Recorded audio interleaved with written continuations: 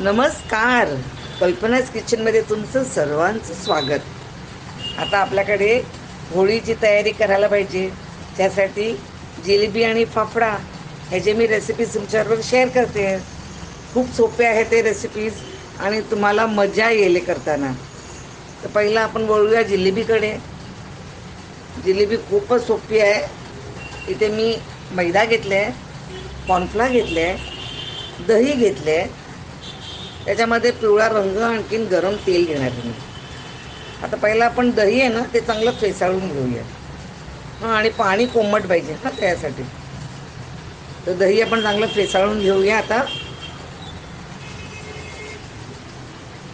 त्याच्यामध्ये आपण घालूया मैदा. ते आता नीट मिक्स करून घेऊ आपण. मैदा घाल्यावर आपण त्यामध्ये कॉर्नफ्लॉर घालू.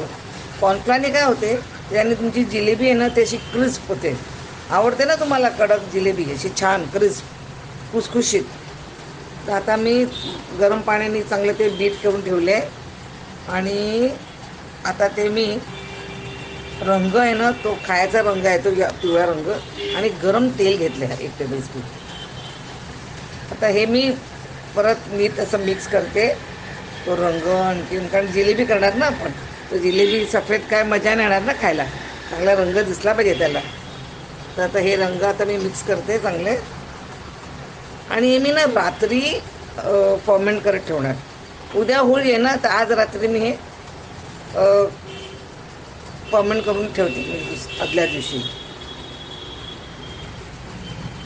आणि हे तुम्ही हे 12 तास किंवा एक अख्खी रात्र, हां, पण 12 तास पाहिजे.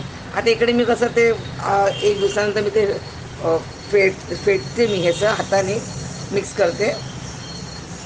हे बघा एवढं पाहिजे कन्सिस्टन्सी. हां, आणि पाण्याचं माप पण दिलं आहे, तर तुम्हाला काय घाबरायची हे नाही, काळजी नाही आहे.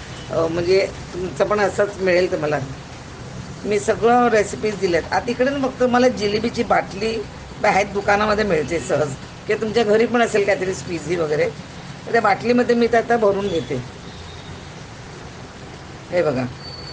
हां, तर आता आपण हे बाजूला ठेवूया. हे तुम्ही सॉस इथे ना मी एका पॅनमध्ये गरम तूप घेतले. जिलेबी आहे ना म्हणून साजूक तूप घेतले मी इकडे. आणि दुसऱ्या पॅनमध्ये मी सिरप करते, म्हणजे साखर आणि पाणी, दोघांचंही प्रमाण एकच आहे. आपल्याला सिरप जाडं नको आहे, ते जिलेबीने ॲब्झॉर्ब करायला पाहिजे. आता इकडे चांगलं ते उकळायला आहे सिरपला माझ्या. तर आपण काय करायचं, आपल्याला एक स्प्रिंग कन्सिस्टन्सी पाहिजे. हां, जास्त चिकट नाही करायचं. आणि चांगलं ते उकळ आलेली बघून बघून आपण त्यामध्ये केशर आणि वेलची पूड, हां, या 2 गोष्टी घातल्यात मी, कारण त्याला छान असं फ्रेग्रन्स आहे. आणि तुम्ही हे घरी केलं ना की तुम्ही बाहेरची जिलेबी खायला तुम्हाला आवडणारच नाही.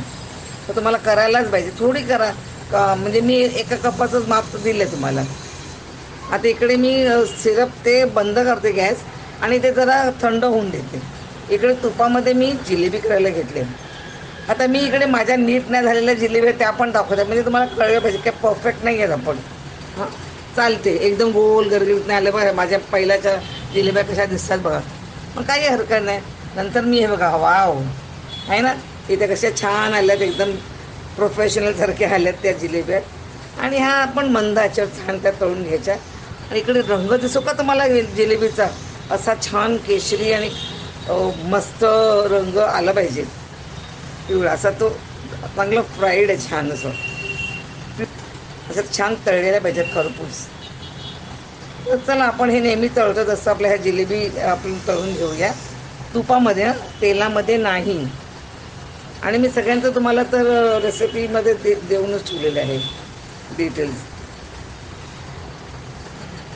आता हे जिलेब्या मी तळून काढल्या ना, इथे पाक बघितला, पाक आता रूम टेम्परेचरवर झाला आहे, एकदम आपलं थंडगार नको आहे. तर मी त्या जिलेब्या त्याच्यामध्ये पाकामध्ये घातले. आणि त्या जास्त वेळ नाही ठेवायच्या, लगेच काढायच्या, नाहीतर त्या परत नरम होतील. एकदम सिरपमध्ये घालायच्या आणि त्या काढून ठेवायच्या बाजूला.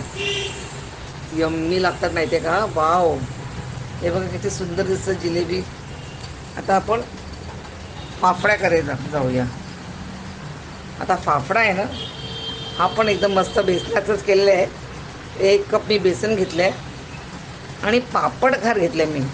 पापड खार तुम्हाला माहिती आहे, type of 1 type of salt. मग ओवा घेतले, नंतर थोडं मीठ घेतलं आहे. मीठ का थोडं घेतलं आहे, कारण पापड खार जरासं ते सॉल्टच आहे ना, एक प्रकारचं खारटपणा येईल. तेल घेतलं आहे आणि पाणी. आता इकडे आपण सगळं हे परातीमध्ये मळून घेऊया. पहिला मी चण्याचं पीठ घेतलं आहे, म्हणजे बेसन घातले, मग त्याच्यामध्ये पापड खार मिक्स केलं आहे, मग ओवा घातले आणि मीठ. आता पापड खार is not baking powder, okay, हे वेगळं आहे. त्या वेगळ्या त्याचं तुम्ही दुकानात विचारलं पापड खार तर ते तुम्हाला बरोबर देतील हां, कारण बेकिंगचं नाही घालत त्याच्यामध्ये, बेकिंग पावडर. हे आपण फाफडा तळणार आहोत. आता मी बघा इथे सगळं ते मिक्स केलं, सगळं तो पापड खार आणि मीठ आणि ओवा, आणि त्याच्यामध्ये मी तेल घालते. 1-2-3 चमचे तेल मला वाटते बस झाले. आपण नेहमी करतो तसं. आता मी तेल घातल्यावर मी आता बघा कसं दिसतं माझं बेसन, आणि त्यात मी नीट तो तेल सगळं मिक्स करते ना, त्याचा छान तो वेगळा रंग येईल बेसनला. हे बघा, पाहू शकता तुम्ही कसं चेंज दिसतं त्याच्यामध्ये. आता ह्याच्यामध्ये पाणी घालून चांगलं स्टिफ डो मळायचं. हां,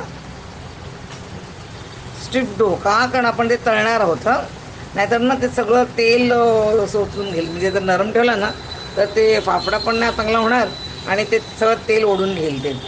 म्हणून आपण आता स्टिफ डो करणार आहोत.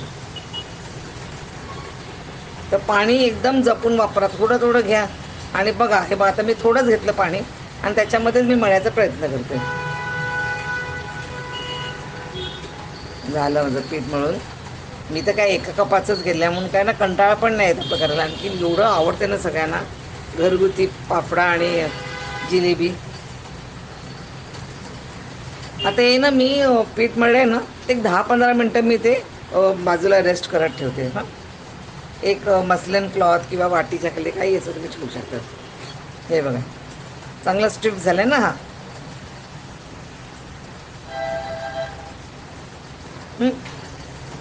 चला आता 10-15 मिनटं झालेत. आता पाहूया आपण. आता आपण ते फाफडा करायला घेऊया. आता फाफडा करताना ते काय पोळी आपण पुरीसारखं नाही लाटणार, असं लांबट असं तो फाफडा असतो. तर त्याप्रमाणे मी ते दुकानात कसे करतात ते मी तुम्हाला तुमच्यावर शेअर करते. पण दुकानाचा मी बघितला का, तो बोर्ड पण इतका घाणेरडा असतो. आणि हे तुम्ही कशावरही करू शकता. माझ्याकडे आता बोर्ड आहे, मी घेतलं करायला. तर नेहमीच असं एक गोळा घ्यायचा पिठाचा, आणि हाताने तो हे करायचा, लांबट ठेवले मी बघा. आणि बघा मी दाखवते हाता त्या तिकडून असं ते प्रेशर द्यायचं. आता मला पाहिजे असेल तर मला लांबे पण फाफडे करता आले असते, पण मी छोट्या कढई घेतले, आणि त्या सुरीने ते पटकन काढायचं. आहे की नाही, किती सोपं वाटतं.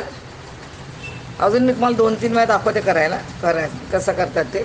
हे बघा असं ठेवलं आहे हाताने. हां, आणि हे छोटे छोटे केलं आहे, कारण माझं हे पण आता मी मोठा पण तुम्हाला करून दाखवते. म्हणजे ते पण काय कठीण नाही आहे, करता येतो. एवढं दाखवायसाठीच तुम्हाला मी अजून एक तिसरा करते बघा. हे बघा, आहे ना छान मोठा फाफडा झालेला आहे. आणि आता हे सगळे मी तेल गरम करत ठेवले आहे. हे करत असताना आता इथे तेल ना, इकडे तूप नाही आहे. आपला फाफडा तळायसाठी तेल घेतलं, चांगलं गरम झालं की आपण एक एक फाफडा तळायला घेऊया. दुकानामध्ये ना एकदम 20-25 घालतात, कारण त्यांची मोठी कढई असते ना. पण आपल्या इथे छोटंच आहे ना कढई, तर आपण एका वेळी 2 किंवा जमल्यास 3 असे आपण तळायला घेऊ. झालं. तुम्ही घरी होळीच्या वेळी दुकानात जाऊन त्या लाईनमध्ये उभं राहायचं, आणि मग ते जिलेबी आणि फाफडा घ्यायचा, आणि तो कधी कधी ते हायजीन पण नसते बरोबर तिकडे. तर तुम्ही असं घरी केलं तर तुम्हाला मजा येईल, आणि सगळ्यांना तुम्हाला खायला पण ते मजा येईल, करायला पण मजा येईल, आणि खायलासुद्धा मजा येईल. तर एवढी सोपी आहे रेसिपी, हो की नाही. तर झालं. आता मी ते फाफडा सगळे ते तळून घेते. बघा किती सोपं आहे.